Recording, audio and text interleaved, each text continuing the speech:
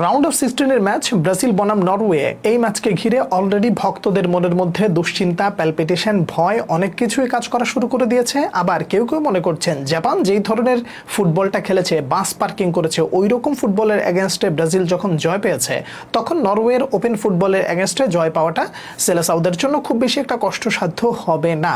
এমন আপনি যদি ভেবে থাকেন তাহলে আমি আপনাকে বলবো অবশ্যই আপনি ভুল ভাবেননি, তবে আপনাকেও কিছু বাস্তবতার দিকে দৃষ্টি রাখতে হবে। আমি যদি আপনাকে এই মুহূর্তে একটা প্রশ্ন করি, নরওয়ের যেই খেলোয়াড়রা রয়েছে সেই খেলোয়াড়দের মধ্যে থেকে আপনি কয়েকজন খেলোয়াড়কে বেছে নেন যারা ম্যাচের টার্নিং পয়েন্ট হতে পারে কিংবা ব্রাজিলের দুঃস্বপ্নের কারণ হতে পারে, তাহলে আপনি সবার আগে যেই নামটা নেবেন সেটা হচ্ছে আর্লিং হালান্ড। আমার দিক থেকে সেই নামটা থাকলেও এই নামটা আমি একটু পরে নিতে চাই। সবার আগে কোন নামটা নিতে চাই জানেন? সেই নামটা হচ্ছে অ্যান্টোনিও নুসা। এই লোকটাকে যদি আপনি ঠিকঠাক মতন মার্ক করতে না পারেন তাহলে আপনার জন্য অনেকটা কষ্টসাধ্য বা দুঃস্বপ্নের কারণ হতে পারে। কেন বললাম?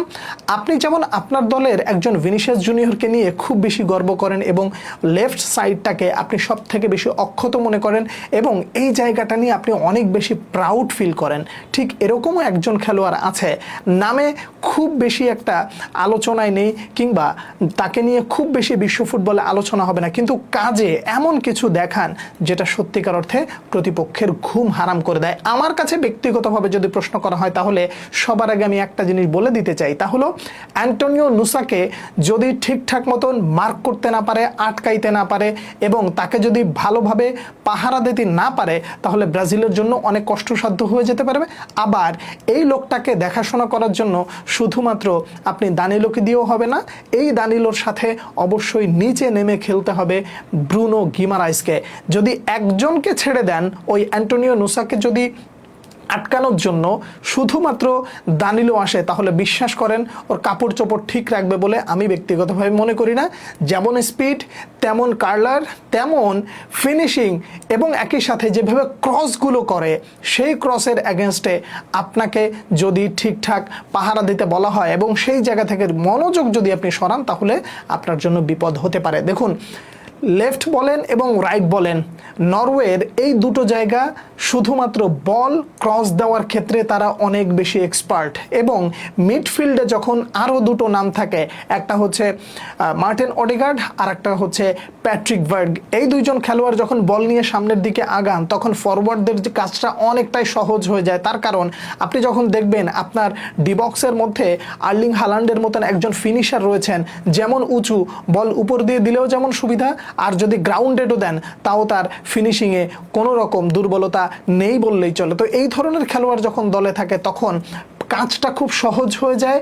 যারা মিডফিল্ডে থাকে তাদের কাজটা শুধুমাত্র তাদের পর্যন্ত বলটা পৌঁছানো, আর এই পৌঁছানোর দিক থেকে মার্টিন ওডেগার্ড ক্লাসিক নাম্বার 10 হিসেবে দুর্দান্ত করে থাকেন এবং এখন পর্যন্ত করছেন। তাকে ঠিকঠাক পাহারা দেওয়ার জন্য একজন ব্যক্তিকে খুব বেশি কার্যকর হতে হবে, তিনি হচ্ছেন ক্যাসিমিরো। টিপিক্যাল ক্যাসিমিরোকে আসলে যেভাবে আপনারা ইংলিশ প্রিমিয়ার লিগে দেখেছেন, যেমন প্রতিপক্ষের কাউন্টারগুলোকে তিনি একেবারে ধ্বংস করে দিতে পারেন, এই ধরনের টিপিক্যাল ক্যাসিমিরোকে যদি আপনি নরওয়ের বিপক্ষে না দেখেন তাহলে অনেকটা ব্রাজিলের জন্য কষ্ট হয়ে যেতে পারে। আর একটা নাম যেটা বললাম প্যাট্রিক বার্গ, সেই ব্যক্তিটা হচ্ছে এমন যে তার সাথে অ্যান্টোনিও নুসোর লিঙ্ক আপটা হয় খুব সুন্দর, যেটা আপনি দেখেছেন খুব সম্ভবত আইভরি কোস্টের বিপক্ষে। এই কয়েকটা প্লেয়ারকে যদি আপনি ঠিকঠাক মতন গার্ড দিতে না পারেন, মার্ক করতে না পারেন, তাহলে সেটা আপনার জন্য বা আপনার দলের জন্য অনেকটা কষ্টসাধ্য হয়ে যাবে। ফরমেশনগত দিক দিয়ে আমার কাছে ব্যক্তিগতভাবে মনে হয় অফ দ্য বলে সেই আগের রেকর্ডেই অন্ততপক্ষে কার্লো আনচেলত্তি থাকবেন, এতে কোনো সন্দেহ আমার কাছে ব্যক্তিগতভাবে নাই। তার কারণ হলো অফ দ্য বলে 4-4-2 এভাবে করে যখন নিচে নেমে আসে ব্রাজিল দল তখন ডিফেন্সে অনেকটা সহযোগিতা করা হয়।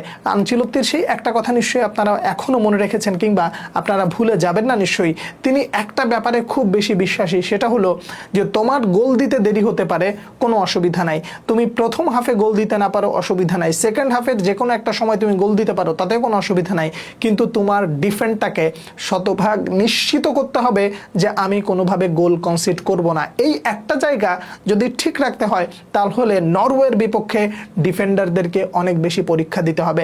আপনি বলবেন গ্যাব্রিয়েল মেঘালাসকে, নরওয়ের যেই স্ট্রাইকার রয়েছেন আর্লিং হালান্ড, তার সাথে আপনি মোটামুটি একটা ব্যাটেল আপনি দেখবেন, কিন্তু শুধুমাত্র আপনি আর্লিং হালান্ডেরকে আটকায় তো অনেক কিছু করতে পারবেন না। কেন এই কথাটা বললাম জানেন? ইংলিশ প্রিমিয়ার লিগ বলেন কিংবা ইউরোপিয়ান কম্পিটিশনে আর্লিং হালান্ড বড় বড় ম্যাচে এতটা অফ থাকেন, এতটাই অফ থাকেন যে দেখবেন প্রতিপক্ষ তাকে নিয়ে ব্যস্ত থাকে, কিন্তু অন্যরা ঠিকই কাজটা করে দেয়।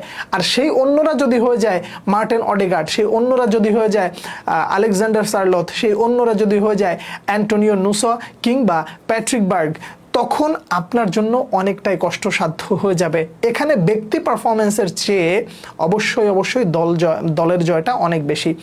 অনেক তো হলো প্রতিপক্ষ নিয়ে কথাবার্তা, এবার একটু ব্রাজিলের পার্সপেক্টিভে আসা যাক। দেখুন, একটা বিষয় আপনাকে মনে রাখতে হবে যে কার্লো আনচেলত্তি আমাদের চেয়ে অনেক ভালো বোঝেন, এটাও যেমন সত্য। একই সাথে তিনি বিশ্বকাপ জয়ের স্বপ্নটা দেখেন কিভাবে, স্টেপ বাই স্টেপ। এখন আমার এটা করা দরকার, আমি এখন এটা করব, এটা না করলে ওইটা হবে না, এই ম্যাচ না জিতলে ওই ম্যাচে কি হবে, এই ম্যাচ খারাপ করলে পরের ম্যাচে কি হবে, এই চিন্তাটা আনচেলত্তি বলেন কিংবা তার কোচিং প্যানেলের মধ্যে আপনি খুব একটা দেখবেন না বললেই চলে। তার কারণ তিনি সব সময় বলেন, আমি ফাইনাল নিয়ে ভাবছি না, আমি এই ম্যাচটা নিয়ে ভাবছি। তার মানে কার্লো আনচেলত্তির ধ্যান জ্ঞান যেটাই বলেন না কেন, পরবর্তী ম্যাচ সেটাই থাকে। আশা করা যায় নরওয়ের বিপক্ষে তিনি সেই রকম সিচুয়েশন বুঝে একটা দুর্দান্ত সিদ্ধান্ত নেবেন। কার্লো আনচেলত্তির ব্রাজিল যেভাবে দুর্দান্ত ফুটবল খেলতে জানে, সেই দুর্দান্ত ফুটবলটা ধীরে ধীরে ধীরে ধীরে মোটামুটি গুছিয়ে সামনের দিকে এগিয়ে যাচ্ছে না? তো সেই জায়গায় আপনি হয়তোবা এমনটাও দেখতে পারেন যে কার্লো আনচেলত্তি হঠাৎ করে স্কোয়াডের মধ্যে একটা নতুন চমক অ্যাড করতে পারেন। সেই চমকটা কেমন হতে পারে? যেমনটা তিনি প্র্যাকটিসে ঘটিয়েছেন, ভিনিসিয়াস জুনিয়রের সাথে মার্টিনেল্লিকে নামিয়ে দিতে পারেন। যদিও আমি এটা ব্যক্তিগতভাবে পছন্দ করি না, কিন্তু কার্লো আনচেলত্তি যদি নামান তাহলে আমি তাকে অসমর্থন করব, ব্যাপারটা এমন নয়। তবে মিডফিল্ডে দানিলোকে যদি দেখি তাহলে সব থেকে বেশি খুশি হব, তার কারণ তার ভেতরে যেই ধরনের পোটেনশিয়ালিটি আছে, তিনি যেভাবে নিচে নেমে খেলতে জানেন, এই লিঙ্ক আপটা যদি ঠিকঠাক মতন ক্লিক করে তাহলে ব্রাজিলের খুব বেশি একটা কষ্ট হবে না। একই সাথে ফরওয়ার্ড লাইনে ম্যাথুস কুনহার সাথে ভিনিসিয়াসের সেই মিশেলটা আরও কার্যকরভাবে প্রয়োজন। একই সাথে রাইট সাইড দিয়ে রায়ানের কাছ থেকে দুর্দান্ত কিছু একটা দেখার অপেক্ষা আপনি অবশ্যই করতে পারেন। ব্রাজিলের কাছ থেকে একটা দুর্দান্ত পারফরমেন্সের অপেক্ষায় আপনিও রয়েছেন, গোটা বিশ্ব রয়েছে। শুধুমাত্র নতুন যুক্ত হওয়া নরওয়ের কিছু সমর্থকরা বাদে কিংবা আপনার রাইভাল ফ্যানরা বাদে আর গোটা দুনিয়ার সবাই চায় ব্রাজিল জিতে যাক। কার্লো আনচেলত্তির একটা বার্তা দিয়ে শেষ করতে চাই। তিনি বলেছেন, আমার যদি কারোর কাছ থেকে উপদেশ নিতে হয় তাহলে সেই ব্যক্তির নাম অ্যালেক্স ফার্গুসন। আর সেই ফার্গুসনের একটা কথা নিশ্চয়ই আপনাদের মনে আছে যে অবশ্যই স্ট্রাইকার তোমাকে ম্যাচ জেতাতে পারে, গোল এনে দিতে পারে, কিন্তু ডিফেন্ডাররা তোমাকে জেতাবে শিরোপা। আজ এই কথাটাই আবারও একটু আপনাদের সামনে মনে করে দেওয়ার একটাই কারণ, নরওয়ের বিপক্ষে আপনি যে ব্রাজিলকে দেখবেন সেই ব্রাজিলকে ডিফেন্সিভলি এতটাই সলিড হইতে হবে, সেই সলিডিটি যদি প্রমাণ করতে না পারে তাহলে পরবর্তী রাউন্ডটা ব্রাজিলের জন্য অনেকটা কষ্টসাধ্য বা দুঃস্বপ্ন হতে পারে। আমি যা বুঝেছি, যা জেনেছি সেটাই আপনার সামনে তুলে ধরলাম। আপনারা কে কে মনে করছেন জানাবেন। পরবর্তী ভিডিওতে আবার দেখা হচ্ছে, সে পর্যন্ত অনেক অনেক ভালো থাকবেন। আল্লাহ হাফেজ।